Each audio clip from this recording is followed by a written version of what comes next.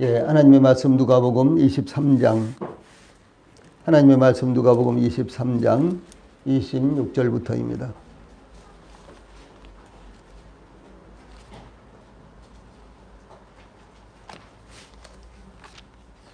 제가 봉독을 해드리겠습니다. 하나님의 말씀 23장 26절 말씀부터입니다.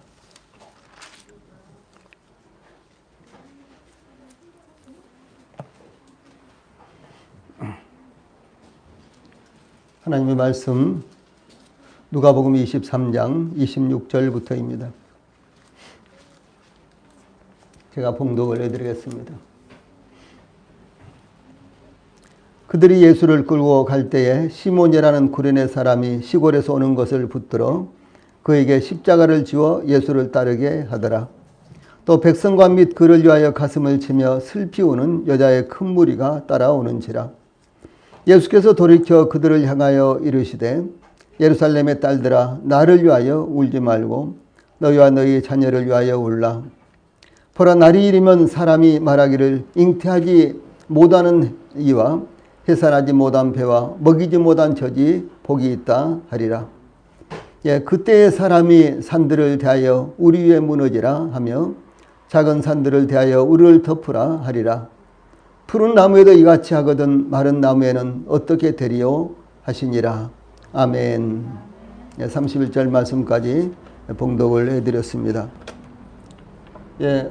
오늘은 누가복음 23장 26절로 31절 말씀을 통해서 누구를 위해 울어야 하는가? 우리가 진정으로 울어야 될 대상은 누구인가? 이런 주제로 말씀을 전해 드리겠습니다. 예수님은 당대의 서기관들과 제사장들과 백성의 장로들 등 수많은 사람들에게 고소를 당하므로 대제사장 안나스와 가야바와 헤롯 왕과 빌라도 총독 즉 당대의 유다의 권력자들에게 차례로 신문을 받으셨지만 그들은 예수님을 정죄하지 못했습니다. 왜냐하면 그들이 생각한 것 같은 죄가 예수님에게는 없었기 때문에 그렇습니다. 평소에도 이들은 많은 사람들을 예수님 주변에 포진을 시켜서 혹시 예수님이 실수를 하시는가? 혹시 예수님이 잘못된 말씀을 하시는가? 혹시 율법을 해방하는가? 혹은 그 당시 로마 황제 가이사를 비방하는가? 이런 등등에 대해서요, 어떻게 해서든지 트집을 잡기 위해서 많은 사람들을 포진시켰지만 그러나 예수님은 결코 그들의 이와 같은 의도대로 그 어떤 죄도 범하지를 않았던 것입니다. 그러나 백성들은 이들이 이제 유다의 권력자들이 이 선동한 선동의 이제 말을 듣고요, 예수님을 십자가에 못 박도록 줄기차게 요구하므로 이 총독 빌라도는 밀란이 일어날 것을 우려하여 그들의 요구대로 예수님을 채찍질하고 이 십자가에 못 박도록 넣어주었습니다. 예수님께서 십자가에서 죽음을 당하시기까지 겪으셔야 했던 이 고난을 통해서 그 의미를 상고하는 시간, 그리고 우리가 진정으로 그 예수님의 십자가를 생각을 하면서요, 어떤 자세를 가져야 되겠는가, 이런 말씀이 오늘의 말씀의 주제가 되는 것입니다. 그래서 먼저 이제 예수님께서 신문을 당하시면서 십자가형이 확정될 때까지 이와 같은 줄거리를 좀 길게 상고를 하겠습니다. 오늘 이와 같은 예수님의 십자가형이 이제 확정될 때까지의 이와 같은 이제 행보를 통해서 우리 성도님들이 이 부분을 좀 더 분명하게 기억을 하고 인식을 하고 계시기를 원해서 제가 이 부분을 준비를 했습니다. 그러므로 제일 먼저 십자가의 형이 확정되기까지 주 예수님께서 어떤 순환을 당하셨는가, 모욕을 당하셨는가, 이런 부분부터 상고를 하겠습니다. 예수님은 최후의 만찬을 하실 때 제자들의 발을 일일이 씻어 닦아주시고, 그때로부터 시작하여 겟세마네 동산에 도착하실 때까지 제자들에게 아주 긴 말씀을 전하셨는데, 요한복음에 보면 요한복음 13장으로부터 시작해서 17장은 대제사장의 적인 기도입니다마는 17장까지 이와 같이 아주 긴 말씀을 제자들에게 전하셨습니다. 예수님께서 죽은 자 가운데서 이 부활하셔서 제자들과 곧 만나시게 되시지만 죽으시기 전까지 짧은 최후의 그 짧은 시간을 제자들에게 말씀을 전하는 시간으로 주 예수님께서는 삼으셨습니다. 예수님께서 평소 습관적으로 찾아가셔서 기도하시던 겟세마네 동산에 도착하신 후 힘쓰고 애써 더욱 간절히 하나님께 최후의 기도를 하셨는데 땀이 땅에 떨어지는 핏방울 같이 되었다. 이렇게 증가하고 있는데 예수님께서 얼마나 그야말로 열정적으로 또 간절히 애쓰고 힘써서 기도하셨는가를 묘사를 하고 있는 것입니다. 그때 예수님을 체포하기 위해 대제사장들과 백성의 장로들에게서 파송된 큰 무리가 가룟 유다를 앞세우고 마치 강도를 잡으려는 것처럼 횃불과 검과 몽치로 무장하고 나타났습니다. 예수님은 자신을 체포하기 위해서 찾아온 대제사장이 보낸 무리들에게 순순히 자신을 내어주셨습니다. 그들은 예수님을 곧바로 결박하고 끌고서 먼저 안나스에게로 갔는데 안나스는 그 해의 대제사장인 가야바의 장인이었습니다.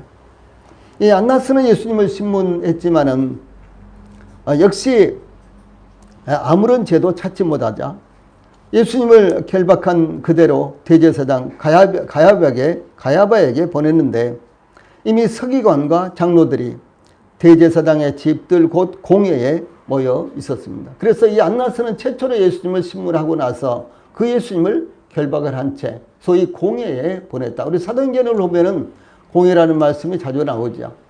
공회는 이제 유대인들의 의회인데 이것을 가리켜서 산헤드린이라고 이렇게 부릅니다.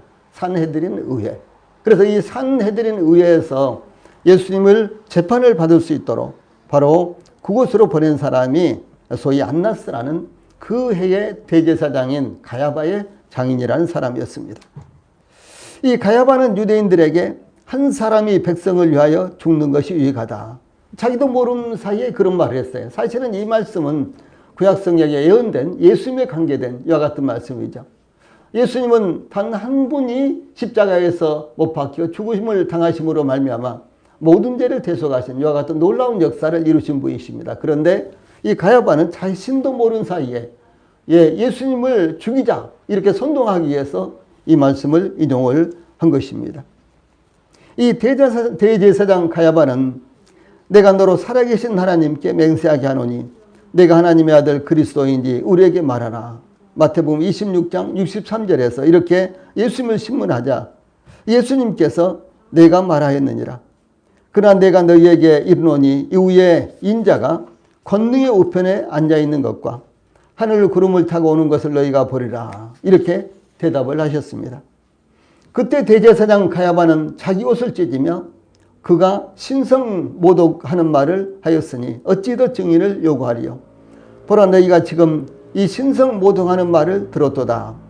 너희 생각은 어떠하냐 대답하여 이르되 그는 사형에 해당하니라. 이렇게 이제 선동을 하면서 예수님을 정죄를 했습니다. 여기서 이제 아주 중요한 것이 무엇인가는 대제사장 가야바가 자기 옷을 찢으며 이렇게 했죠. 구약 성경에 보면 대제사장은 어떤 일이 있어도 자기 옷을 찢으면 안 되었습니다. 그런데 대제사장이 여기서 자기 옷을 찢었다라고 하는 것은요, 이제 공식적으로 소위 율법에 있는 이 대제사장, 소위 제사장 제도가 여기서 마감되는 이와 같은 모습을 드러낸 것입니다. 오늘은 이제 주제가 다르기 때문에 이 말씀을 이어가겠습니다. 이 마가는 그런데 그의 복음서에서 대제사장 가야바가 예수님께 이렇게 질문을 합니다. 마가복음 14장 61절에 보면은 내가 찬송받을 이의 아들 그리스도자 이렇게 물었을 때 예수님께서 내가 그니라. 너희가 권능자의 우편에 앉은 것과 하늘 구름을 타고 오는 것을 너희가 보리라. 이렇게 대답하셨다고 기록하고 있습니다. 그때 대제사장 가야바는 자기 옷을 찢으며 우리가 어찌 더 증인을 요구하리요. 그 신성 모독하는 말을 너희가 들었도다. 너희는 어떻게 생각하느냐. 마가복음 14장 63절 64절에 이렇게 묻자 이 선동을 받은 이제 무리들이 다 일제히 예수를 사형에 해당한 자로 정죄하고 예수님에게 침을 뱉으며 그 얼굴을 가리고 주먹으로 치며 또 어떤 사람들은 손바닥으로 치면서 선지자 노릇을 하라, 너를 친 자가 누구냐, 이렇게 희롱했다라고 기록하고 있습니다. 이와 같이 마태복음과 그리고 마가복음에는 이 대제사장 가야바가 자기 옷을 찢었다, 이런 내용들이 나타나는데, 여기서 이제 동일하게 좀 이제 표현을 달리하고 있습니다만, 예수님을 그들이 이와 같이 모욕하고 매로 때리고 손바닥으로 때리고 침을 뱉고 주먹으로 치고 또 그 얼굴을 가리면서 예수님을 때려놓고 선지자 노릇해라, 누가 너를 쳤느냐 이러면서요 조롱하고 이렇게 희롱했다라고 증거하고 있습니다.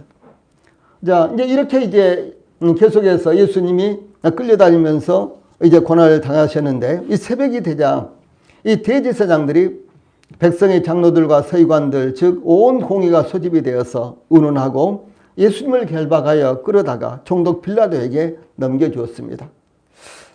자, 이 주 예수님께서 거의 초저녁쯤에 체포가 되셨는데요. 밤새도록 이렇게 끌려다니면서 이제 시달리고 매를 맞고 신문을 당하고 이렇게 하면서 벌써 새벽이 됐다. 새벽녘까지 이렇게 예수님께서 끌려다니시면서 고난을 당하시고 희롱을 당하셨다는 것입니다.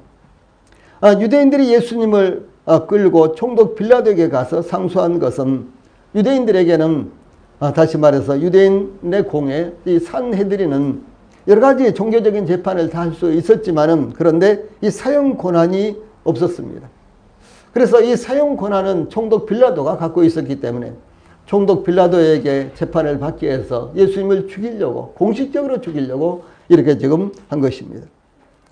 이 대제사장들과 백성의 장로들의 사주를 받은 무리들은 예수님을 끌고 총독 빌라도에 가서 누가복음 23장 2절에 보면 우리가 이 사람을 보매 우리 백성을 미워하고 가이사에게 세금 바치는 것을 금하며 자칭 왕 그리스도라 하되이다 라고 이렇게 고발을 했습니다.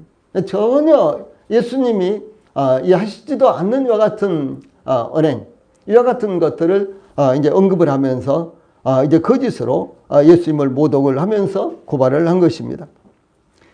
이제 총독 빌라도에게 끌려가는데 총독 빌라도가 예수님에게 내가 유대인의 왕이냐 이렇게 신문을 하자 예수님께서 내 말이 옳도다 이렇게 대답을 하셨습니다.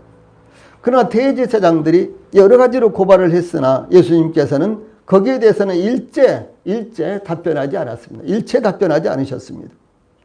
이 총독 빌라도는 또 대제사장들과 무리들에게 내가 보니 이 사람은 죄가 없도다 이렇게 말했지만, 무리들이 더욱 강하게 그가 온 유대에서 가르치고 갈릴리에서부터 시작하여 여기까지 와서 백성을 소동하게 하나이다 라고 또다시 혐의를 제기를 했습니다. 이제 가이사에게 세금 바치는 것을 못하겠다, 금지시켰다, 혹은 자기가 왕이라 그랬다, 또 백성들을 미혹했다, 이런 등등이요 여러 가지 이제 전혀 거짓된 이와 같은 혐의를 예수님에게 덮어씌워서 어떻게 했든지 예수님을 이제 유죄로 만들려고 이렇게 했던 것입니다. 이 총독 빌라도는 예수님을 신문한 결과 예수님이 이 갈릴리 사람으로서 이 헤롯 왕의 관할에 속한 것을 알고 헤롯에게 보냈습니다. 이것은 이 총독 빌라도가 예수님을 재판을 하기 아주 난처했어요. 왜냐하면 유대인들은 그를 죽여라, 그를 십자가에 못 박으라 이렇게 요청을 하는데 이 빌라도가 볼 때, 총독 빌라도가 볼 때 예수님은 이 죄를 정죄할 만한 어떤 죄도 발견을 못했거든요. 그래서 이제 기가 막히게 이 지혜를 쓰는데요. 바로 그 예수님이 갈릴리 사람이라는 것이죠. 그렇다면 이 갈릴리를 이제 다스리고 있는 헤롯 소관이구나. 그러면 헤롯 왕에게 보내면 되겠다 생각을 하고요. 헤롯 왕에게 보냈습니다. 그 전까지 이 로마의 총독 빌라도와 헤롯 왕은 친한 사이가 아니었어요. 서로 원수지간이었습니다. 아주 경쟁자였어요. 그런데 이 일로 말미암아 소위 악의가 일치가 되자 친구가 되었다. 이렇게 성경은 증거를 하고 있습니다. 이 헤롯은 예수님을 보고 대단히 기뻐했는데 이는 그의 소문을 들었으므로 보고자 한 지 오래였고 또한 무엇이나 이적 행하심을 볼까 바랐던 연고로라. 누가복음 23장 8절에 이렇게 기록하고 있습니다. 그래서 이것이 바로 이 헤롯이 예수님을 맞이한, 그리고 기쁘게 맞이한 그 의도라고 하는 것입니다. 그러나 예수님은 헤롯의 묻는 말에 일절 아무 대답도 하지 않았습니다. 대제사장들과 서기관들은 헤롯 앞에서도 예수님을 여러 가지를 앞세워서 고발을 했지만은, 그러나 예수님은 대답을 하지 않았습니다. 이 결국 헤롯은 자신이 의도하던 대로 예수님에게서 그 어떤 신비한 것도 발견하지 못하고 그의 군인들과 함께 예수님을 업신여기며 희롱하고 빛난 옷을 입혀서 예수님을 조롱하면서 다시 빌라도에게 돌아보냈다라고 하는 사실입니다. 이 헤롯 왕은 아주 여우라 그랬죠. 예수님도 저 여우가 그랬지 않습니까? 이 헤롯은 아주 안 좋은 일에는 기가 막히게 머리를 쓰는 이와 같은 사람이었어요. 그래서 이 헤롯이 예수님을 보고 대단히 기뻐했는데 신문에 본 결과 예수님을 정죄할 수가 없는 거예요. 유대인들은 예수님을 정죄해 달라고 하는데 헤롯이 보니까 정죄할 수가 없었습니다. 근데 죄가 없는 사람을 자기가 정죄해서 예를 들어 사형을 받게 한다면 어떻게 되겠습니까? 자기에게 결과적으로 그런 책임이 돌아오죠. 그래서 여기 헤롯은요, 기가 막히게 또 빌라도에게 예수님을 보내버립니다. 예. 그러면 지금 헤롯과 빌라도가 이 지혜 싸움인 거예요. 지혜 싸움을 해서 어떻게 해서든지 예수님을 최종적으로 정죄하지 않으려고, 그런 재판 선고를 하지 않으려고요, 기가 막히게 서로가 다 머리를 써서 서로 이렇게 미루는 것입니다. 그래서 예수님은 또다시 빌라도에게로 넘어간 것입니다. 이 총독 빌라도는 대제사장들과 관리들과 백성을 불러 모으고 너희가 이 사람이 백성을 미혹하는 자라 하여 내게 끌고 왔도다. 보라, 내가 너희 앞에서 신문하였으되 너희가 고발하는 이 일에 대하여 이 사람에게서 죄를 찾지 못하였고 헤롯이 또한 그렇게 하여 그를 우리에게로 도로 보내었도다. 보라, 그가 행한 일에는 죽일 일이 없느니라. 그러므로 때려서 놓겠노라. 누가복음 23장 14절로 16절에 이렇게 선고를 합니다. 나도 그렇고 헤롯 왕도 그렇고 이 예수라는 사람에게서는 죄를 찾을 수가 없다. 그러니까 너희들이 정말 이 사람에게 대해서 원망하는 일이 있다면, 감정이 있다면 내가 때려서 놓겠다. 그러면 너희들의 마음이 풀리지 않겠냐, 이렇게 지금 요청을 한 것입니다. 예. 그런데 백성들은 어떻게 합니까? 이 사람을 없이하고 바라바를 우리에게 놓아주소서, 이렇게 하면서 일제히 소리를 치면서 백성들이 물러서지를 않았습니다. 이 총독 빌라도는 유대인들이 예수님을 시기함으로 넘겨준 것을 알고 있었기 때문에 유대인의 명절이 되면 백성들의 요구에 따라서 죄수 한 사람을 놓아주는 그런 이제 전례가 있었어요. 물론 이제 이 전례, 백성들이 요청을 하고 그리고 총독이 그것을 허락해야지만 이루어지는 일인데 이 전례가 있었습니다. 이 마가복음 15장 9절에 보면 너희는 내가 유대인의 왕을 너희에게 놓아주기를 원하느냐, 이렇게 이제 묻자. 그래서 그런 전례를 따라서 이 예수님을 풀어주려고 총독 빌라도는 지금 시도를 했다는 것이죠. 그런데 이제 유대인들은 대제사장들에게서 충동을 받은 대로 바라바를 놓아달라, 이렇게 요청을 합니다. 이 바라바는 밀란을 꾸미고 그 밀란 중에 살인하고 체포된 자 중에 한 사람이었습니다. 예, 총독 빌라도는 그러면 너희가 유대인의 왕이라는 일을 내가 어떻게 하라, 이렇게 묻자 유대인들이 소를 지르면서 그를 십자가에 못 박게 하소서, 이렇게 이제 아우성을 쳤습니다. 예, 무리들이 이렇게 소리를 지르기를 그를 십자가에 못 박게 하소서, 예, 이렇게 소리를 지르자 총독 빌라도가요, 어찌미냐, 무슨 악한 일을 하였느냐, 이렇게 하자 무리들은 막무가내식으로요 더욱 소리를 지르기를 십자가에 못 박게 하소서, 이렇게 아우성쳤습니다. 이 총독 빌라도는 예수님이 어떤 특정한 죄를 범했기 때문이 아니라 유대인들이 예수님을 시기하여 죽이려고 하는 것을 잘 알고 있었기 때문에 어떻게 해서든지 풀어주려고 애를 썼습니다. 그런데 무리들은 누가복음 23장 21절에 보면은 그를 십자가에 못 박게 하소서, 십자가에 못 박게 하소서, 이렇게 하면서요 아주 더 정열적으로 더 충동적으로 이와 같이 예수님을 죽여라고 이렇게 요청을 합니다. 이 총독 빌라도는 이제 세 번째 무리들을 향해서 누가복음 23장 22절에 보면 이 사람이 무슨 악한 일을 하였느냐, 나는 그에게서 죽일 죄를 찾지 못하였나니 때려서 놓으리라라고 이렇게 선고를 했지만 이 무리들은 큰 소리로 재촉하여 이 십자가에 못 박기를 구했는데 마치 밀란을 쿠데타를 일으킬 것처럼요. 이렇게 이제 소란스럽게 외치고 물러서지를 않았습니다. 우리나라에서도 그리고 대부분 민주국가에서는 이 3심까지가 최종적인 이와 같은 재판이 이제 이루어집니다. 그래서 1심, 2심, 3심에서 이렇게 재판을 한 결과 무죄가 되면은요, 더 이상 아무리 혐의가 있어도, 그렇죠? 아무리 의심이 가는 부분이 있다고 할지라도요, 더 그를 정죄할 수가 없는 것입니다. 그런데 주 예수님께서는, 이 빌라도는 주 예수님을요, 3번에 걸쳐서 이렇게 신문을 하고, 그리고 이제 많은 이제 예수님을 예수님을 고발하는 자들의 말을 들어봤지만 예수님에게서는 그와 같은 죄의 혐의를 찾을 수가 없었어요. 그래서 이 빌라도는 3번째로 나는 이 사람에게서 죄를 찾을 수가 없다. 그러니까 당신들이 그렇게 이 사람을 미워하고 이 사람에 대해서 그렇게 부정적으로 이야기한다면 내가 이 사람 예수를 때려서 놓겠다. 이렇게 이제 요청을 했지만 유대인들은 계속해서 십자가에 하면서요, 물러서지를 않았다라고 하는 것이죠. 총독 이 빌라도가 재판석에 앉아서 예수님을 재판을 하고 있을 때요, 그의 아내가 사람을 빌라도에게 보내서 저 옳은 사람에게 아무 상관도 하지 마옵소서. 오늘 꿈에 내가 그 사람으로 인하여 애를 많이 태우나이다. 이렇게 전했습니다. 그 옳은 사람에게 대해서 어떤 형벌도 가하지 마십시오. 이렇게 이제 요청을 했습니다. 그러나 충동을 받은 무리들의 끈질긴 요구를 총독 빌라도는 더 이상 뿌리칠 수가 없게 되었습니다. 이 빌라도는 정치인입니다.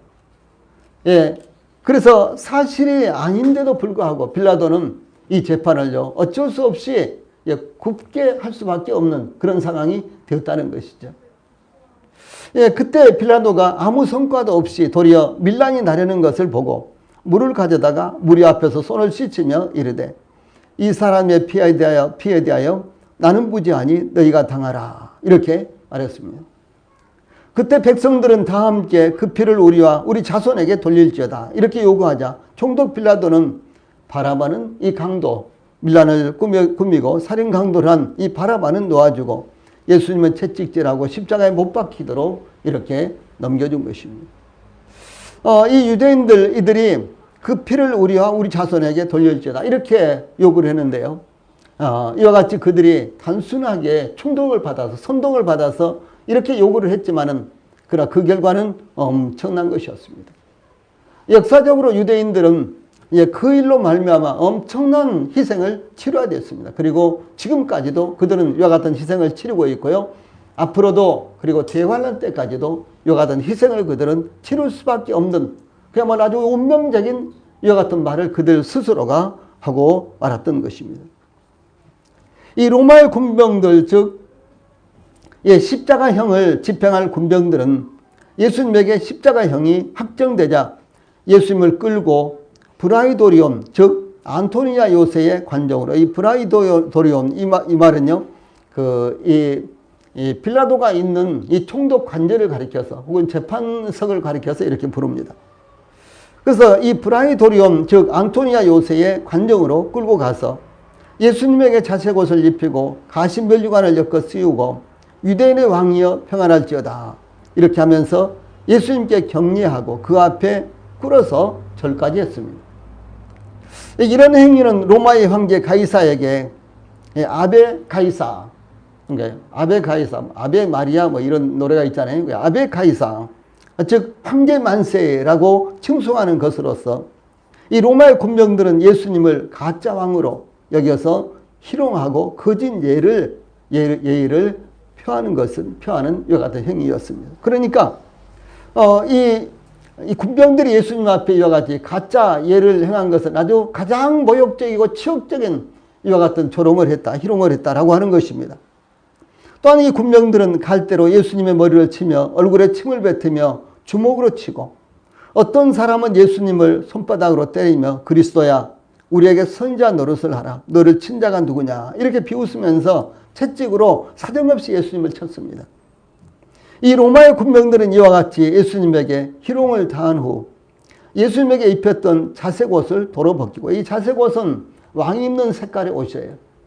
예수님을 왕으로 인정을 하지 않으면서 그리고 자색 왕이 입는 옷의 색깔을 입혀놓고 예수님을 갖가지 때리고 채찍으로 때리고 뺨을 때리고 침을 뱉고 이렇게 하면서요, 예수님을 또 갈대로 때렸다. 이것은 이 왕이 갖고 있는 이 지팡이를 의미합니다. 그런데 갈대를 쥐어주고 그 갈대로 예수님을 때린 거예요. 이것은 얼마나 모욕적인 일입니까? 그런 후에 이제 그 자색 옷을 도로 벗기고 예수님께서 입던 옷을 입힌 후에 십자가에 못 박기 위해서 이제 끌고 나갔습니다. 다음 이제 본문을 통해서 여기 26절에는 십자가를 대신 짊어진 시몬의 모습이 나타나고 있습니다. 예수님은 다락방에서 제자들과 최후의 성찬식을 거행하고 겟세마네 동산에서 기도하신 후에 곧바로 체포되어서 대제사장 안나스의 저택에서 공회로, 또한 대제사장 가야바의 신문을 받고 공회에서 총독 빌라도의 관저로, 이 빌라도의 관저에서 헤롯궁의 헤롯 왕에게 보내졌고, 그래서 신문을 받았고 또다시 빌라도의 관저로 끌려 다녔습니다. 이 초저녁부터 밤새도록, 그러니까 초저녁에 겟세마네 동산에서 예수님께서 간단한 기도를 하셨잖아요. 그때로부터 예수님은 새벽까지, 아침이 밝을 때까지, 날이 밝을 때까지 밤새도록 끌려다니면서 맞고 채찍질 당하고 조롱을 당하고 이렇게 하셨다는 거죠. 그래서 이 헤롯 궁에 헤롯 왕에게 보내져서 신문을 받고 또다시 빌라도의 관저로 끌려 다녔습니다. 예수님께서 십자가형이 확정됐을 때는 이미 날이 밝아서요, 이른 아침이 되었습니다. 예수님께서 최종적으로 신문을 받고 십자가형이 확정된 이 총독 관저 브라이도리온, 이것은요, 이 성전 북쪽에 위치한 안토니아 요새에 있었는데, 여기 뒤에 배경이 지금 안토니아 요새입니다. 이 안토니아 요새에 있었는데, 이 안토니아 요새로부터 예수님께서 십자가에 못 박히신 예루살렘 성문 바로 앞에, 성문 밖이죠, 성문 바로 밖에 언덕까지 이르는 길을 이 고난의 길, 소위 비아 돌로로사 이렇게 부릅니다. 그래서 이 성문 바로 앞에, 이 성문 바로 앞에 골고다의 언덕이 있는데 거기까지 가요. 그 길을 가리켜서 비아 돌로로사 이렇게 부르는데, 그 거리는 약 800m 정도에 이르는 것으로 추정합니다. 그래서 예루살렘 이제 성지 순례를 가면은 특별히 우리 한국 사람들이 거기 가서 십자가를 짊어지고 그 길을 걸어본다든가, 뭐 찬송을 부르면서 간다든가, 뭐 그런 일들이 다반사로 이루어지죠. 요즘은 못합니다만은, 요즘은 뭐 코로나도 있고 여러 가지 이제 예루살렘이 소란스러워서 못하고 있습니다만은, 이렇게 이제 성지 순례를 하는 이곳이 바로 예수님께서 재판을 받으시고 이 마지막 형이 확정된 소위 안토니오 그 요새, 여기서부터 이제 예수님께서 십자가에 못 박혀서 돌아가신 이 갈보리 언덕까지, 이 골고다 언덕까지가 800m, 그리고 그 길을 가리켜서 비아 돌로로사 이렇게 부르는 것입니다. 이것은 고난의 길이라는 뜻입니다. 예수님은 십자가를 짊어지시고 십자가형이 집행되는 골고다까지 가셨는데, 당시 로마의 형법으로는 십자가에 처형당할 죄수가 자신이 처형될 십자가를 짊어지고 형장까지 가게 되어 있었는데, 십자가는 행목만으로, 일반적으로요, 십자가가 이제 뭐 이렇게 열십자고 이렇게 되어 있잖아요. 그런데 이제 여러 가지 문헌이 있습니다. 십자가는 기둥이다, 이렇게 이제 또 하는 그런 문헌도 있고요. 이제 십자가는 그 십자가형이 집행되던 곳에요, 이렇게 이제 이 세로 목은 거기다가 세워놓고, 그 다음에 이제 이 가로목, 이렇게 양쪽 팔을 이렇게 묶을요, 이 이제 나무만 메고 간다, 뭐 이렇게 이제 이야기도 하고, 우리가 이제 영화라든가 이런 걸 보면은, 그림이라든가 이런 걸 보면은 보통 이 십자가를 이렇게 짊어지고 이렇게 가시는 이제 모습으로 나타나 있잖아요. 근데 여러 가지 이제 이와 같은 이제 사례들이 있는데, 십자가로 된 이와 같은 이제 십자가 형태는요, 보통 이 40km 이상이 이렇게 나간다고 하고요. 그 다음에 이제 횡목, 그래서 이 두 손과 두 손에 이렇게 못이 박히는 이 횡목만 소위 20kg 정도 되는 이와 같은 이제 나무로 이렇게 알려지고 있습니다. 그래서 그것만 짊어지고 가셨는지 아니면 십자가 자체를 짊어지고 가셨는지 이런 것은 여러 가지 이론이 있습니다. 그래서 그 행복만도 20kg에 이르는 것으로 이렇게 알려지고 있습니다. 그런데 누가는 여기인데 지금 제가 넘기지를 못했네요. 그런데 누가는 증거하기를 그들이 예수를 끌고 갈 때에 시몬이라는 구레네 사람이 시골에서 오는 것을 붙들어서 그에게 십자가를 지워 예수님을 따르게 하더라. 이렇게 이제 26절에 증거하고 있습니다. 즉 군병들이 예수님을 비아 돌로로사의 길을 따라 골고다 언덕으로 끌고 가는데 예수님의 십자가를 구레네 사람 시몬이 시골에서 올라오는 것을 붙들어서 예수님을 대신하여 십자가를 억지로 짊어지게 하고 예수님을 따르게 했다라고 이렇게 증거하고 있다는 것입니다. 왜 그랬을까? 예수님은 이미 밤새도록 말씀드렸던 대로 무수한 채찍질을 당하여 탈진 상태였습니다. 또한 온갖 추악한 일을 당하여 밤새도록 끌려다니면서 철야신문을 계속해서 당했습니다. 그것도 한 군데서 당한 것이 아니라 이곳에 끌려가서 저곳에 끌려가서 아무튼 이렇게 해서 끌려가는 곳마다 새롭게 신문을 당했고요. 끌려가는 곳마다 채찍질을 당하고 매를 맞고 그리고 여러 가지 이제 조롱을 당하셨습니다. 이와 같이 예수님은 가혹한 매질을 당하였고 이제 완전히 이제 기진맥진한 상태, 만신차이가 되어 있었기 때문에 더 이상 십자가를 짊어지고 골고다 언덕을 올라갈 수가 없었습니다. 이 로마 군인들의 이 채찍질은 아주 참혹했기 때문에 로마 시민에게는 이런 형벌을 하지 못하게 법으로 막고 있습니다.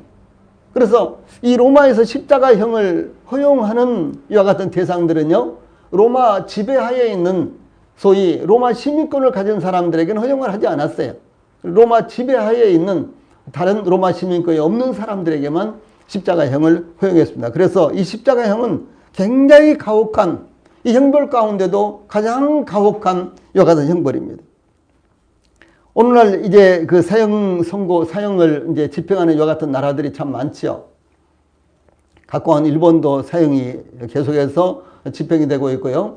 미국 같은 나라는 이제 주마다 다릅니다만은, 미국의 텍사스주 같은 데는 1년에 한 150명에서 200명 정도가 사형을 집행이 당합니다. 물론 이제 어떤 주에서는 사형 집행이 안 되고 있어요. 사형 집행을 막고 있습니다. 그래서 주마다 이제 미국은 다릅니다.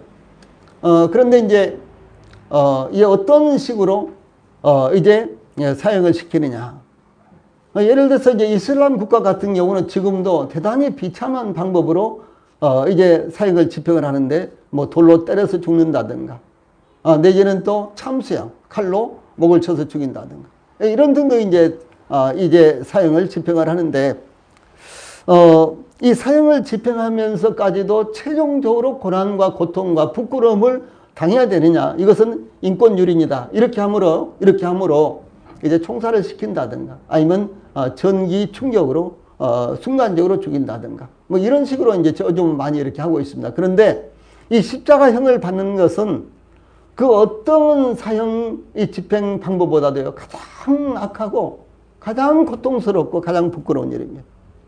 예. 문헌에 따르면은 십자가형을 받는 사람 가운데는요, 어떤 사람들은 일주일 동안 십자가에 달려있기도 한답니다. 예, 금방 죽지 않고, 이왕 죽는 거 금방 죽어야지만 고통이 빨리 사라질 거 아니에요. 그런데 일주일 동안이나 십자가에 못 박혀서, 고통스럽게 죽어가는 거예요. 심지어 그런 경우도 많이 있다. 이렇게 문헌들은 이야기를 하고 있습니다. 이 당대 유대 역사가 요세푸스에 의하면은 채찍질을 당하면 온몸이 너덜너덜해지고 뼈와 내장이 드러날 정도였다고 전하고 있습니다. 그러므로 예수님은 더 이상 십자가를 짊어지고 골고다 언덕까지 올라갈 수 없을 정도로 이미 탈진 상태가 되었던 것입니다. 예, 그러므로 마침 그 근처를 지나가는 시골 구레네에서 올라온 시몬이라는 사람을 잡아서 예수님의 십자가를 대신 짊어지고 예수님을 따라가게 했는데, 예, 구레네라는 곳은요, 이 북아프리카 지역에 있는 조그만 이와 같은 성읍입니다. 그래서 북아프리카에서 온 디아스포라 유대인으로 이 군병들의 시몬을 잡아 예수님의 십자가를 대신 짊어지게 했던 것입니다. 시편 기자는 예수님의 고난에 대해서 이 다음과 같이 그 상황을 증가하고 있습니다. 우리 같이 한번 읽읍시다. 시편 22편 12절로 17절 말씀입니다. 시작. 많은 황소가 나를 에워싸며 바산의 힘센 소들이 나를 둘러쌌으며 내게 그 입을 벌림이 찢기며 부르짖는 사자 같으니이다. 나는 물같이 쏟아졌으며 내 모든 뼈는 어그러졌으며 내 마음은 밀랍 같아서 내 속에서 녹았으며 내 힘이 말라 질그릇 조각 같고 내 혀가 입천장에 붙었나이다. 주께서 또 나를 죽음의 진토 속에 두셨나이다. 개들이 나를 에워쌌으며 악한 무리가 나를 둘러 내 수족을 찔렀나이다. 내가 내 모든 뼈를 셀 수 있나이다. 이렇게 예언을 하고 있습니다. 이 많은 황소가 나를 에워싸며 바산의 힘센 소들이 나를 둘렀고, 이런 등등의 표현은요, 예수님을 고수하고 계속해서 예수님을 이 거짓으로 고수하면서 그를 십자가에 못 박으라. 십자가에 못 박으라. 이렇게 외치는 이와 같은 무리들의 모습을 이렇게 표현하고 있습니다. 그 다음에 14절에 나는 물같이 쏟아졌으며 이 표현, 이 물을 쏟으면 어떻게 되겠어요? 다시 담을 수가 없잖아요. 그처럼 완전히 탈진된 상태이며 그 어떤 소망도 가질 수 없는 이와 같은 아주 처절한 이런 상태를 의미를 하는 것입니다. 그 다음에 내 모든 뼈는 어그러졌으며와 제일 17절에 내가 내 모든 뼈를 셀 수 있나이다. 삭신이 쑤신다라든가 뼈마디가 그야말로 다 쑤신다 이런 말을 하잖아요. 그래서 너무너무 고난이 컸기 때문에 그야말로 뼈가 이와 같이 뼈마디를 셀 수 있는 것처럼 이렇게 고통스럽다라고 하는 것을 표현을 하는 것입니다. 그 다음에 내 마음은 밀랍 같아서 내 속에서 녹았으며, 자, 이 초로에 불을 편다든가 초를 불에 녹이면 어떻게 됩니까? 이렇게 흐물흐물해져 버리잖아요. 이와 마찬가지로 그 마음에 어떤 소망도 어떤 희망도 가질 수 없을 정도로 그렇게 완전히 그 모든 소망까지도 다 없어져 버린 이와 같은 상태를 말하고 있고요. 내 힘이 말라 질그릇 조각 같고, 질그릇 조각 다시 붙일 수가 없잖아요. 그래서 주 예수님께서 완전히 탈진된 상태를 이렇게 표현을 하고 있고요. 내 혀가 입천장에 붙었나이다. 그래서 그야말로 이 침을 삼킬 수도 없을 정도로 완전히 이와 같이 목이 말라서 입이 말라서요, 붙어있는 이와 같은 모습을 표현하고 있는 것입니다. 그런데도 마치 개들이 나를 에워쌌으며 악한 무리가 나를 둘러서 내 수족을 찔러나이다. 이렇게 한 것처럼요, 이 개들은 특별히 들개라든가 이 개 종류, 늑대라든가 이라든가 이런 것들은 함께 이 단체 생활을 하죠. 이 무리가 공동 생활을 하는데 어떤 표적을 발견하면요, 함께 이렇게 공격을 합니다. 그래서 마치 예수님을 지금 십자가에 못 박으라고 아우성치는 대제사장들과 백성의 장로들과 또 이들의 사주를 받은 이 백성들이 한결같이 예수님을 지금 공격하고 있는 이와 같은 모습을 이렇게 표현을 하고 있는 것입니다. 이와 같은 예수님의 고난을 우리 성도들이 더 깊게 묵상을 함으로 예수님의 고난이 가져오는 그 의미가 무엇인가를 항상 저희들 마음 가운데 둬야 할 것입니다. 그 다음에 마지막으로 27절로 31절에서는 나를 위해 울지 말고 이런 말씀이 여기에 나옵니다. 그때 예수님을 따라서 오는 무리들이 있었는데 그들에 대해서 여기 27절에 또 백성과 및 그를 위하여 가슴을 치며 슬피 우는 그 예수님을 따라오면서요, 예수님 때문에 가슴을 치면서 슬피 우는 여자의 큰 무리가 있었다. 백성들과 함께 여자의 큰 무리가 있었다. 이렇게 증거를 하고 있습니다. 이들은 예수님으로부터 가르침을 받은 제자들과 예수님의 기적을 경험하고 은혜를 입은 사람들이었을 것입니다. 이들은 예수님의 처참한 모습으로 예수님께서 아주 처참한 모습으로 십자가를 짊어지시고 이 골고다 언덕길을 올라가시는 것을 따라가면서 가슴을 치면서 슬피 울었습니다. 그때 주 예수님께서 28절에 보면 예루살렘의 딸들아 나를 위하여 울지 말고 너희와 너희 자녀를 위해서 울라 이렇게 이제 말씀을 하십니다. 이 예루살렘의 딸들은 시온의 딸들이라는 말로 성경에 많이 나타납니다. 곧 이 말씀은요 이스라엘 민족 전체를 의미하고요 또 예루살렘의 딸들은 궁극적으로는 이 세상에 살고 있는 모든 사람들을 의미한다라고 이렇게 볼 수 있습니다. 예수님께서 그들을 향하여 나를 위하여 울지 말고 너희와 너희 자녀를 위하여 울으라. 지금 예수님이 십자가를 짊어지시고 이제 완전히 지친 상태에서 넘어지고 또 넘어지고 이러시면서 지금 골고다 언덕으로 올라가시는데 그 뒤를 따라오는 백성들과 그 다음에 평소에 예수님을 섬겼던 누가복음 8장 1절로 3절에 보면 예수님을 섬기는 여인들이 있잖아요. 또 예수님이 부활하신 후에도 그런 여인들이 나오고요. 이들은 이제 예수님을 따라오면서 가슴을 치면서 이제 이렇게 슬피 우는 모습을 보면서 예수님께서 예루살렘의 딸들아 나를 위하여 울지 말고 너희와 너희 자녀를 위하여 울어라. 이 예루살렘의 여인 여자들아 이 표현은요 저 시온의 여자들아 시온의 딸들아 이런 표현이고 이것은 이스라엘 민족 전체를 의미하고 나아가서 이 세상에 살고 있는 모든 사람들을 궁극적으로 의미하고 있다라고 하는 사실입니다. 그래서 이것은 단지 2000년 전에 그 예수님을 뒤따라오는 무리들에게만 해당되는 것이 아니라 이 시대에 지금 우리가 하나님께 예배를 드리고 지금 이 세상을 살아가고 있는 바로 우리 자신들에게 해당되는 말씀이기도 하다라는 사실을 지금 말씀하고 있는 것입니다. 그런데 예수님께서는 그들을 향하여 나를 위하여 울지 말고 너희와 너희 자녀를 위하여 울으라 이렇게 말씀을 하셨습니다. 예수님께서 당하시는 모습을 볼 때 만시창이가 되어서 십자가를 짊어지시고 끌려가시는 모습을 볼 때 그들은 가슴을 치지 않을 수가 없었습니다. 통곡하지 않을 수가 없었습니다. 예수님은 그들의 친구가 되어주셨습니다. 그들의 병을 고쳐주셨습니다.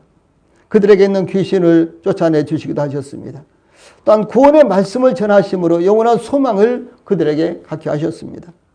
이와 같이 생명의 주권자이시며 모든 생명 있는 것들이나 생명이 없는 것들까지도 주관하시며 자연 현상까지도 주장하시는 하나님의 아들이여 구세주이신 예수님께서 십자가를 짊어지시고 끌려가시다니 가슴을 치지 않을 수 없었으며 슬피 울며 부르짖지 않을 수가 없었던 것입니다.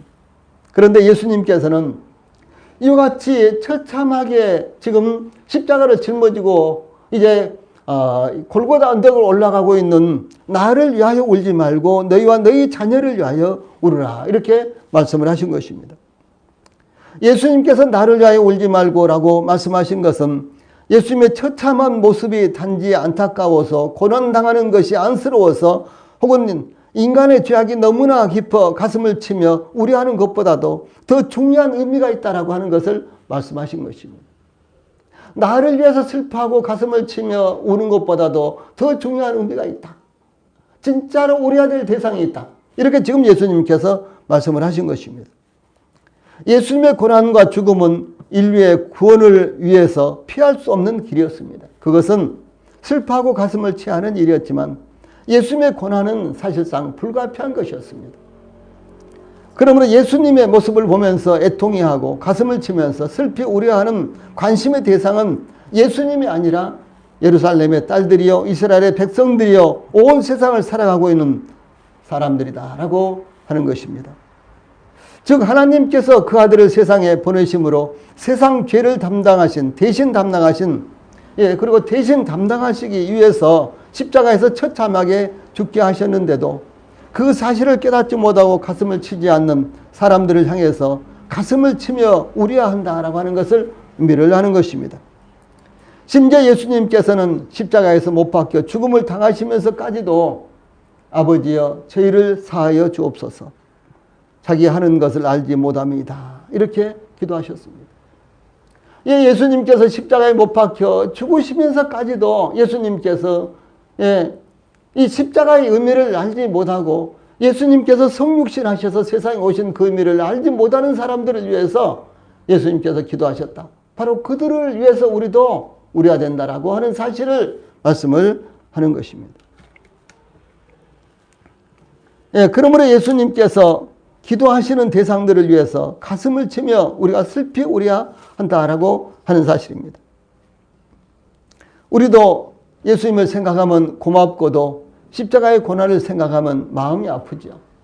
예, 정말로 그렇습니다. 예수님이 십자가에 못 박혀 고난당하시며 죽음을 당하시는 예수님의 순환과 같은 영화, 즉 예수의 최후의 12시간을 그린 영화 패션 오브 크라이스트, 우리가 한참 봤었죠. 패션 오브 크라이스트, 이런 영화를 보면서 우리도 많은 눈물을 흘렸습니다. 참 안타까워했습니다. 그렇죠? 얼마나 슬프고 얼마나 눈물이 나오든지. 그러나 우리가 더 마음 아파야 할 것은 놀라운 복음, 이 생명의 복음, 영원한 속죄가 이미 십자가에서 이루어졌는데도 불구하고 복음을 받아들이지 않거나 믿지 않는 이들을 생각하면서 안타까워하며 가슴을 치하며 슬피 우려한다. 이것이 예수님께서 말씀하신 것입니다. 그래서 다음으로 예수님의 말씀에는 나를 위하여 울지 말고 너희와 너희 자녀를 위하여 울라. 너희와 너희 자녀를 위하여 울라. 라고 말씀하신 이유가 여기 나옵니다. 자, 우리 여기 위에 있는 말씀 같이 읽어봅시다. 시작. 보라, 날이 이르면 사람이 말하기를 잉태하지 못하는 이와 해산하지 못한 배와 먹이지 못한 젖이 복이 있다 하리라. 그때에 사람이 산들을 대하여 우리 위에 무너지라 하며 작은 산들을 대하여 우리를 덮으라 하리라. 푸른 나무에도 이같이 하거든 마른 나무에는 어떻게 되리오 하시니라. 예, 이렇게 주 예수님께서 나를 위하여 울지 말고 너희와 너희 자녀를 위해서 울어라 라고 말씀하신 이유가 또 그 대상이 여기에 있다라고 하는 사실입니다. 보라 날이 이르면 이것은요 인류 종말의 때고 심판의 때를 가리킵니다. 또 때가 이르리니 누가복음 17장 22절에 이렇게 표현을 하고 있고요. 또 누가복음 17장 31절 21장 23절 그날에, 물론 이제 구약성경이나 신약성경에 여기도요 수도 없이 이와 같이 유사한 표현이 나옵니다. 뭐 여호와의 날이라든가 뭐 이렇게요 여러 가지 표현이 이렇게 나옵니다. 바로 그때를 가리킵니다. 그래서 이와 같은 말씀들은 한결같이 이 심판의 때를 의미하고 있습니다. 모든 사람들에게 필연적으로 죽음이 오듯이 심판의 때는 반드시 온다는 것을 이 말씀들은 계속해서 증거하고 있는 것입니다. 예, 그 심판의 때가 오면 잉태하지 못하는 이와 해산하지 못한 배와 먹이지 못한 젖이 복이 있다. 이렇게 말한 것입니다. 우리 시대의 문화와는 달리 당시 이스라엘의 문화에서는 아기를 낳지 못하는 것은 부끄러운 일이었습니다. 그런데 임신하지 못한 것과 출산하지 못한 것과 젖을 먹여보지 못한 것이 오히려 복이 있다. 이것은 역설적이죠. 정반대입니다. 예. 당시 다산과 많은 자녀가 있는 것이 축복이라고 여기던 시대에 아주 충격적인 말씀입니다. 우리 시대는 그 의미를 느낄 수 없어요. 예, 그 표현에 따른요, 그 감정을 우리가 느낄 수가 없습니다. 그런데 예수님 당시에, 아니 우리나라도요 100년 전만 해도 어떻습니까? 예. 지금으로부터 20년 전만 해도 남자아이들이 초등학교에 남자아이들이 많고 여자아이들이 적어서 남녀 성비가 너무 불균형이다. 그리고 어떻게 하냐라고 하면서 그때 그야말로 딸도 잘나서 잘 기르면 남자보다 더 낫다. 뭐 이런 이야기들을 많이 하면서 딸을 장려를 했죠. 20년 전만 해도 그런 시대가 있었잖아요. 그런데 지금으로부터 2000년 전이라면 어떻게 했어요? 그 문화가요? 더더구나 이제 중근동의 문화는 절대적으로 남자 중심적인 사회였습니다. 그런데 이제 이렇게 이 다산과 많은 자녀가 있는 것이 축복이라고 여기던 시대에 아주 충격적인 것이었습니다. 이것은 예수님을 믿지 않고 회개하지 않으면 살아남을 사람이 아무도 없다라고 하는 것을 예수님께서 말씀하신 것입니다. 또한 여기 30절에 그때의 사람이 산들을 대하여 우리 위에 무너지라 하며 작은 산들을 대하여 우리를 덮으라 하리라. 이렇게 말씀하신 것은 이 고난과 고통을 참을 수 없기 때문에 죽기를 구하여도 죽을 수조차 없기 때문에 차라리 산들이 자신들 위에 무너져서 죽는 것이, 순간적으로 죽는 것이 두려움과 고통을 잊을 수 있는 길이라고 생각한다는 이런 표현입니다. 요한계시록 6장에 보면은 6장 15절로 16절에 보면은 이 대환란 때에 땅의 임금들과 왕족들과 장군들과 부자들과 강한 자들과 모든 종과 자유인이 굴과 산들의 바위 틈에 숨어 산들과 바위에 말하되 우리 위에 떨어져 보좌에 앉으신 이의 얼굴에서와 그 어린 양의 진노에서 우리를 가리라. 이렇게 부르짖는 모습이 여기에 지금 나타나고 있는 것입니다. 그 고통스러움과 두려움을 눈뜨고 볼 수 없기 때문에 그 고통스러움과 두려움을 도저히 참아낼 수가 없기 때문에 차라리 죽음을 구하는 이와 같은 모습입니다. 사랑하는 우리 성도님들, 오늘은 예수님께서 나귀를 타시고 예루살렘에 입성하신 종료주일입니다. 그리고 다음 주일은 예수님께서 십자가에 못 박히셨으나 이 3일 만에 부활하신 부활을 기념하는 날입니다. 예, 그 사이 일주일을 고난주간으로 부르고 있습니다. 지금 오늘부터 이제 다음 주 토요일까지 이제 고난주간이 계속됩니다. 그리고 우리 이제 이 날짜로 말한다면 금요일 날 주 예수님께서 십자가에 못이 박힌 날입니다. 그래서 우리 성도들이 고난주간 동안 예수님의 고난을 묵상하는 이 같은 시간이 되시기를 바랍니다. 최소한도 다른 때보다는 이 고난주간만은 우리 성도들이 경건하게 지내시면서 늘 기도하시면서 주님의 고난의 의미와 그 가치를 깊이 되새기는 그런 시간이 되므로 하나님 앞에 영광을 돌려야 되는 것입니다. 우리가 고난주간이라든가 뭐 사순절이라든가 이런 것들을 우리가 절기로 지키지 않습니다. 절기로 지키는 건 아닙니다. 그러나 이런 이제 시간이 되었으니까 우리가 예수님의 고난에 대해서 깊이 묵상하는 시간을 갖는다면 그것이 저희들의 영적 세계에 대단히 유익이 되는 것입니다. 그래서 이 고난주간 동안 우리 성도들이 고난주간 동안 예수님의 고난을 묵상함으로 우리가 누구를 위해 우려하는가를 실제로 자신에게 적용시키는 한 주간이 되시기를 바랍니다. 찬송 부르시겠습니다.